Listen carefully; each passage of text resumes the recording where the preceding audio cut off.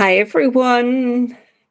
Nice to see you on a Thursday here on YouTube Live. It's actually been a while. It's been several weeks, I think, kind of since the end of the knit along, and we kind of quieted down here a little bit. So I'm kind of popping in just to remind you that I'm kind of winding down personally a little bit for the holidays. I'm going tomorrow is my last day for a couple of weeks. I'm heading off on holidays, which I'm really looking forward to. A year since the last holiday feels like a long time. Well, it's not quite a year. I guess Christmas is holidays, but we don't go anywhere. But I am very much looking forward to kind of heading off for a little bit. Oh, I see you all popping in there. There's Monica from Maryland and Audrey from Chattanooga. Hello to everyone. Nice to see you here. I was on the live yesterday for a sweater session talking about sweaters, and it was pouring rain outside here, but it's a little drier at this stage. So we're kind of it is still warm and sticky and clammy. Hey Mel, Karen from Tennessee. Oh, thank you for good wishes for my vacation. Yeah, I am looking forward to. We're not going very far, just going over to Spain, which from our point of view is very close. Um, but when I'm going on holidays, I find that I don't want to go too far because if you end up having to do a lot of airport transfers and all the rest, by the time you get there, you are absolutely exhausted. So this way, you get to actually be a little bit more rested before you go. Morning, Patrice and Maureen from North Carolina. Nice to see all of you on there. Let us know what you're knitting on this summer. I'm kind of curious. Are you going down the route of summer knitting where it's much lighter weight so that it's easier in your hands? Or are you already preparing for the autumn? That's always the dilemma in summer knitting, because if you wanted to be forward planning, you'd be knitting stuff for the autumn and for winter so that you're ready to go. But the downside being that it's hotter in your hands, so it's always going to be one of those little dilemmas that you're kind of trying to figure out.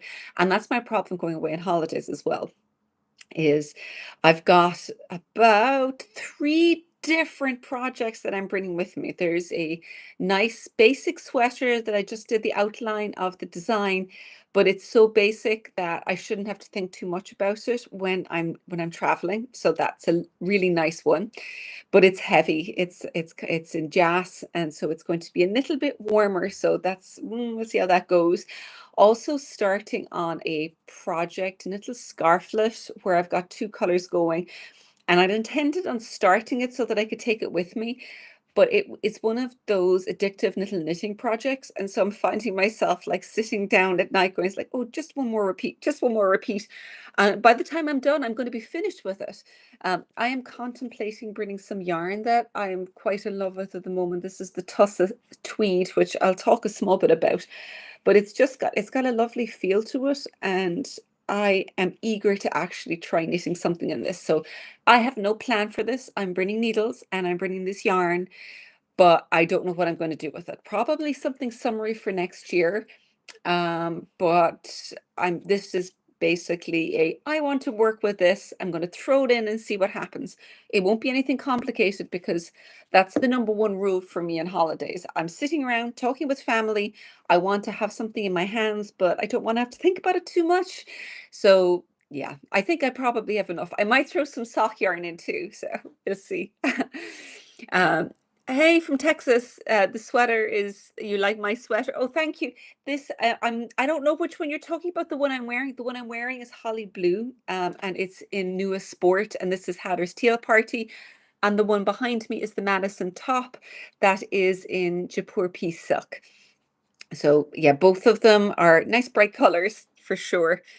I'm reading through here. Becky, you're doing the log cabin lab black blanket and a pair of socks. Oh, nice. Karen is starting the Madison, but also working on the Dangan. So I get always nice to have two ones going on. Diane, you like the sleeveless sweater behind me? I'll talk about that in a minute. That released a few weeks ago, but you may not have noticed it, so I'll kind of go into some of the details. Audrey, you're working on some summer tops in cotton linen blends. Nice, nice, lightweight, good for the summer for sure. Karen, hi from Victoria. You're working on the Celtic Knits Club 25. Woohoo! I'm going to talk a small bit about that as well today because we haven't done a live since I released it. So I've got quite a few kind of show and tell things to talk through today. Hey, Camilla, nice to see you here. Um, and Monique, you're trying to figure out yarns for the tabbouleh sweater. Oh, have fun. Actually, if you like this color, Monique, it will be really good for the tabbouleh as well, because this is the same yarn. It's Newest Sport. So before I go on to talking about the Celtic Knits Club, I've got a couple of, I must remember to, what am I going to say here? Oh, that's right. First thing is we are going to have a giveaway over the course of this live. So hang around, listen in, and you'll be in with the chance to win once you hear my question. I'll ask the question in a little bit further along the live, and all you have to do is pop the answer up in the comments, and the winner will get the full digital version of the Celtic Knits Club 2025. If you're already a member, then you can get a past one or perhaps another club. So you will get a full club of some description.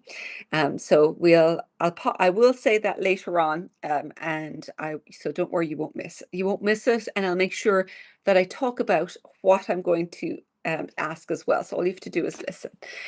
Maureen, the scala is lovely, and you're on the sleeve. Oh, fantastic. Melvia is working on the Arda vest, Madison, and you can't wait to stick your hands into wool again.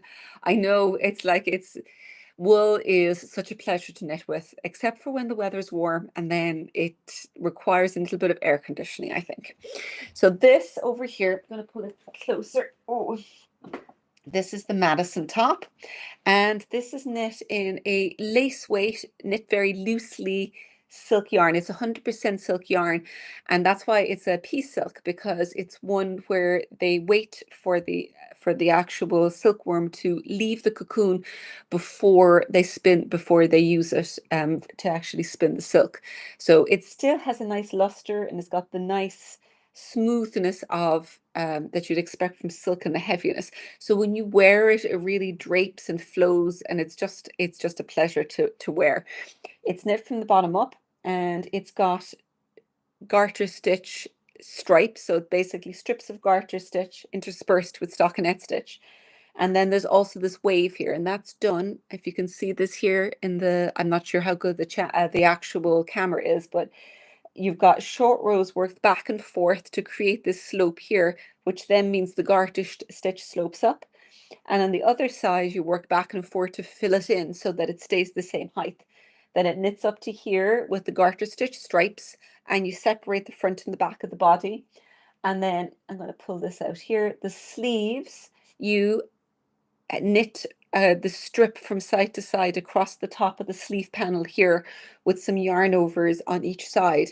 So that allows you to thread this I-cord up along each side, and then you can see you can gather it up and you can tie a little bow. So you can either have it open with the drop shoulder just kind of sliding off the edge of your sleeve, or you can gather it up so that it's sitting up. So it gives you two options with that. So this one is in the piece silk. As I said, it's lace weight, knit very loosely with a huge amount of drape, really loose. And this yarn that I am dying to get my hands on to knit something soon over the summer is called Tussa Tweed. It's also lace weight. But I don't know if you can see here. This one it's a matte one, and it's got all of these little flecks through. And this Tussa silk is actually really cool because it comes from wild silkworm, which means that the actual color variations in this are due to what they're eating, their actual diet. And it's matte because the staple length is going to be a bit shorter, because they leave the actual nest, and the actual, I think it's probably the breed is slightly different too. But I am pretty fond of the matte silk because you still get that same drape and heaviness to it. But both of these are cruelty free, which I think for silk makes sense because it can be made both ways. So why kill the silkworm if you don't have to? Diane, can you use the yarn on the Madison? Yes, you can absolutely use this on the Madison top. And we've got some kits for both of them up, and we have the kits for this up. So because they're both lace weight, they will both work. This is not going to have the shine to it, but it's the right weight, and I think the tweed slubby little bits in it could actually add a really nice texture to, I think. Shannon, you're from California. Your top is cute. Thank you very much. This would be an ideal one for California. And I've knitted with quite a bit of positive ease, so there's kind of loose and relaxed and nice and easy to wear. Irina, the Scala is beautiful. Will it be available as a separate pattern and workshop? Yes, absolutely. The all of the Celtic knits right now, they're part as just available as part of the digital club, because the full one obviously is closed at this point. Anyone who joins the digital at this point, there are some of the exclusive colors, not all. There's one color that's out of stock, but the other ones, they're on a hidden page that you'll get the password to if you want to order any of the yarns when you join the digital. The full ones will be later in the autumn. We'll start releasing the patterns and the workshops. So we don't have an exact dates, but it will be kind of late autumn into kind of early winter is when they'll be released. Diane, you're debating on purchasing the Madison, but you're going on a short vacation. Well, the two could combine. Diane, can you use that yarn, the Madison? Yes. I realize that I'm kind of coming back on the other end. So I'm going to talk a small bit about the Celtic Knit Club's patterns now, because there's been a little bit of talk about them. The final two ones, I pull my chair here, I've got some of the patterns here.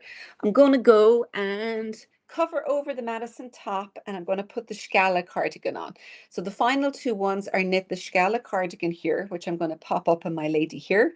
And I designed that, and it's knit in Blosta yarn. Which is a DK weight woolly yarn that's done for us in Donegal. And this color is the Lock color, which is one that was specifically created, and it's exclusive to the club. And while there's a little bit extra, we won't be getting more spun. So whatever is available, that's going to be the limited run of it.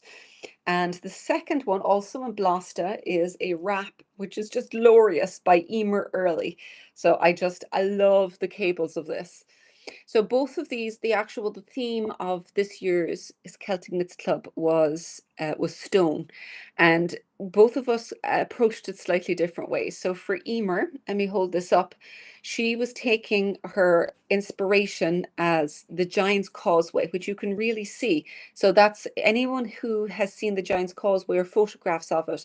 They're columns of stone that are in like this crazy hexagon shape, which makes no sense that stone can exist like that. And so she created the stitch pattern that mimics the Giant's Causeway in the stone designs. So the bottom part of it here is knit from side to side, just at one strip with there's a central motif here in the center, and then you continue up the other side. So that's actually a nice way of getting into slowly. It's a narrow strip, and you're just focusing on the cables as you work along. Then you pick the stitches up and you work your big hexagon wrap across the top here. So it's fairly open for modification. So if you wanted to make it a little longer, you can do a few more repeats on this side and on the other side so that this part still remains central. If you wanted it more of a scarf, you could just make that longer and maybe shorten the hexagon so that you still get both of the really interesting designs. But it is quite modifiable. And I think the yarn, the Blosta yarn, it really pops and it holds cables really well. So both of us really went for full-on sculptural cables when we were doing it. The hexagon wrap is fascinating. It really is. And I think the cables look so well on this. So this one was done in a stone yarn, which we are out of stock of that, but it's very close to the Nadur color we've got. This one would be, Nadur is two strands. One is kind of a cream shade and the other one is this more of a natural shade. And this has got two strands of the natural shade spun together. So it is pretty close to the Nadur shade that we would have in the shop. Trying to have a look. It is a beautiful, beautiful wrap. And now for my one over here, the Scala cardigan, it's again inspired very much by stonework, but a different kind of stonework. I was thinking of sculptural carvings and really, I mean, for me, when I go walk up by graveyards, old graveyards, new graveyards, a lot of the older stonework in there tends to be high crosses with a lot of Celtic carvings actually done within the stonework. And because they're thrown in such relief, they really jump out of the stone. And with this, because Blasta holds cables and gives you a huge amount of definition, I had that in my head. So I started off with the lattice cable in the back here. And this to me, the structure of it is so defined. It almost feels like something that you'd have carved within stone itself. So it starts with the lattice cable coming down as far as here. You just start the beginning of the top and you knit down to here. And then at that point, you come back and let me turn to the side here, and you pick the right front here and you knit across here. And then you pick up across the back and knit down one sleeve down the side. And then you do the same on the other side. So you start effectively with the bolero with just the top parts of the sweater done. Monica, what's the name of the cardigan? This is Scala, Scealla. And the cable that I've worked here, this was one that Emer used in one of her squares a couple of years ago. It's the honeycomb cable stitch. And I'd seen it done in a larger scale before, but I'd never seen it done on a small scale like this, where it's just one by one cables. And it doesn't have quite the same density of the other one, but it just creates this gorgeous texture to the fabric. So I used those in panels as you went across. So once you've got both sides of the top done, you can see here as well that the shoulders sloped with decreases. So the decreases are happening down along here, and then they continue down the sleeve. So the top part of the sleeve gets smaller, and this section stays the same. And then when you pick up down here, you've got a couple of more cables. See if you can see it introduced. I've got the right and the left front cable down here, and you've got the lattice here and this one here. So let me turn it around here. Here's what I found. My watch apparently has decided that it's joining in the conversation. So if you hear Suri doing some interesting conversations, it's decided that it's here too for the party. So sorry about the intrusion from the watch. The body here has got A-line shaping, so it's increasing down on the side. And these parts always make me happy. I went ahead and put a little gusset in here. So when you're coming down the sleeve, you add extra stitches that you decrease, and then you decrease them on the body. So it creates this little extra diamond underneath. So because normally with this drop shoulder style, you can end up having a little bit tight underneath. So having just a little bit of an extra gusset allows that small bit of extra underarm movement. So there's lots of interesting bits going on here. But because you're starting it with small sections at a time, you've got a chance to kind of master each of the cables one at a time. And of course, in the workshops, I go step by step through how you do each of the cables, and also how you can kind of keep track of a lot of cables together as you're going through it. Camilla, you were relieved to be done with the sleeve, thinking they're all done. As usual, sleeves are very hard and lonely to do. It's true, but the sleeves are done then. You've got the sleeve finished, and then you're onto the body and you're sailing. So it's like back and forth in rows. So it does mean that you kind of get the hard part out of the way at the beginning. And when you try it on, you're trying the whole thing on at the same time, so that you know how it fits, and you can be very sure of the cuff and the length of it. So that is the overview of the two final patterns from the Celtic Knits Club. The first ones that we had were in our Solace yarn, which is a lighter weight yarn, and it was the geode hat and mitts, and they were both designed by Laura. I should really have had them here with me. The next one was a Jas cowl, the Avra cowl. So it was a big, deep one that could be folded down the front, and it used reversible cables, a reversible ribbed cable. And then these are the two final ones. So there's 5 patterns in total. within the club with the workshops. And because we've had the Zooms for each of them, all of those recordings are up there within the workshops as well. So a lot of the questions you might encounter have already been popped up there. Monique, you love the details. It might have to go in your knit list. You like to learn new techniques. Oh, good, good, good. And like if you need the extra help, the workshops are very helpful too. So it means that you've kind of got details of how it all works as you go through. So I do have I'm kind of looking through here. Before I move on a little bit further, I'm just going to drop in the question. So this was for a giveaway for the Celtic Knits Club. If you already own it, you can get one of the past ones or a different club. Just let us know. So we will, Hannah is going to take a pick from the comments afterward, towards the end, and I'll announce it. So the question is, what yarn is the Scala cardigan knitting? So if you've been sitting here for the last while listening to me, you're going to know what that was knitting. So just drop it in there, and we will and I'll come back and pick or announce the winner later on. So the next thing, it's been busy. We shouldn't be this busy in July. It's insane, right? So the last thing that we released in July was our Summer Seasons Club. And we did something a little bit different, because normally in the Seasons Club it's all accessories. But this particular accessory, I put in a little mod which allows you to use it as a vest. Still a kind of not a terribly sized vest, but still a vest. So it's the Ardig shawl or vest. So here we go.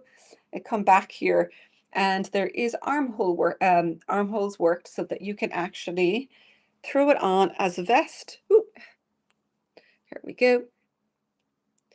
Or you can knit it without the armholes. Let me lift it up here, and you can see the back of it. So it's a very handy one for if you like the idea of shawls, but you never get to wear them because they fall off. It's a particularly useful one to have. And then the other option for it is obviously omitting the armholes. So this particular Seasons Club, we also have it open as the digital version is open now if you want to get hold of the pattern and the workshops. And you still have time to join the Zoom Live tomorrow. But it goes through how to work lace, takes a look at a couple of different kinds of short rows. So it begins with the provisional cast on at the middle of the back. Then with the garter stitch section down here to curve the bottom, we have some German short rows. Then you work the lace out to the side on one side. And you've got some Japanese short rows to create some very invisible little short rows in the lace down here. So you can't see the whole purpose of the Japanese ones is that you shouldn't be able to see them. So they're worked between each lace repeat, turning after repeat, so that you're never breaking the repeat, just working a repeat less each time as you're going along. Then the next section here for the armhole if you've done an afterthought heel or anything like that, you're just going to use waste yarn to knit those stitches, slip them back, and then continue on with the pattern.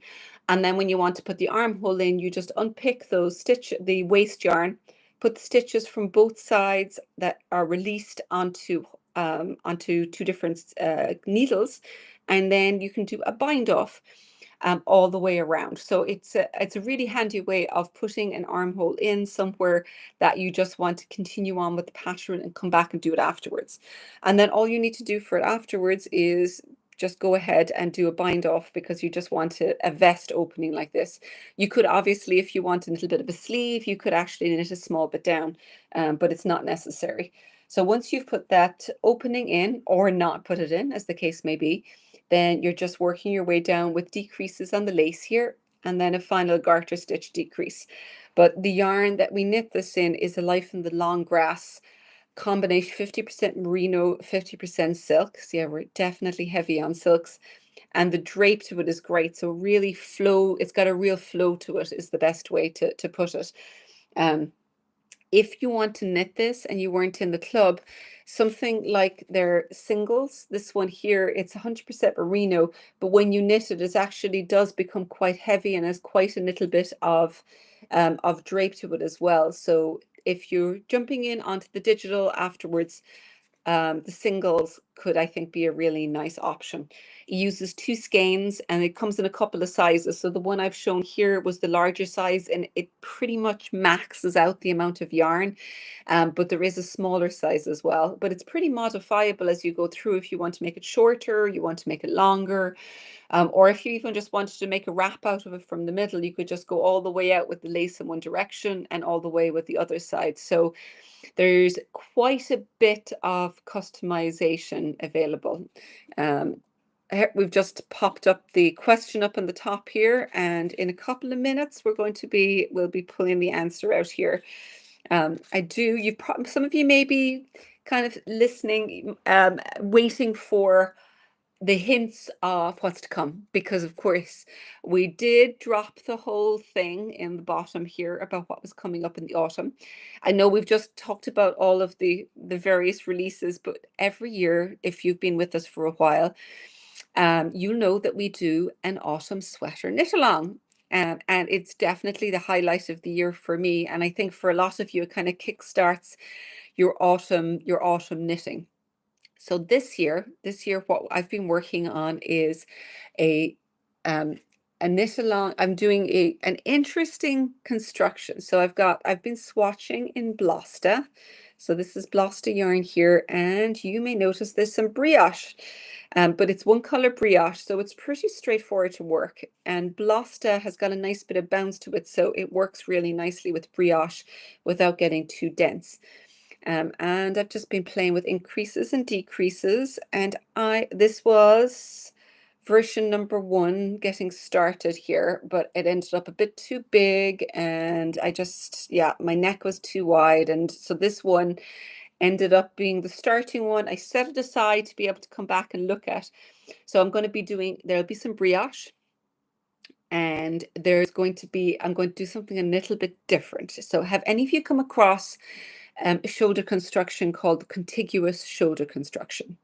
I've only used it once before in Autumn Whispers because many years ago now, and it's interesting because it's top down, and the end result does have a set-in sleeve, but it's all done in one piece. So initially you go really quickly doing increases on the body till you come out to the shoulder width.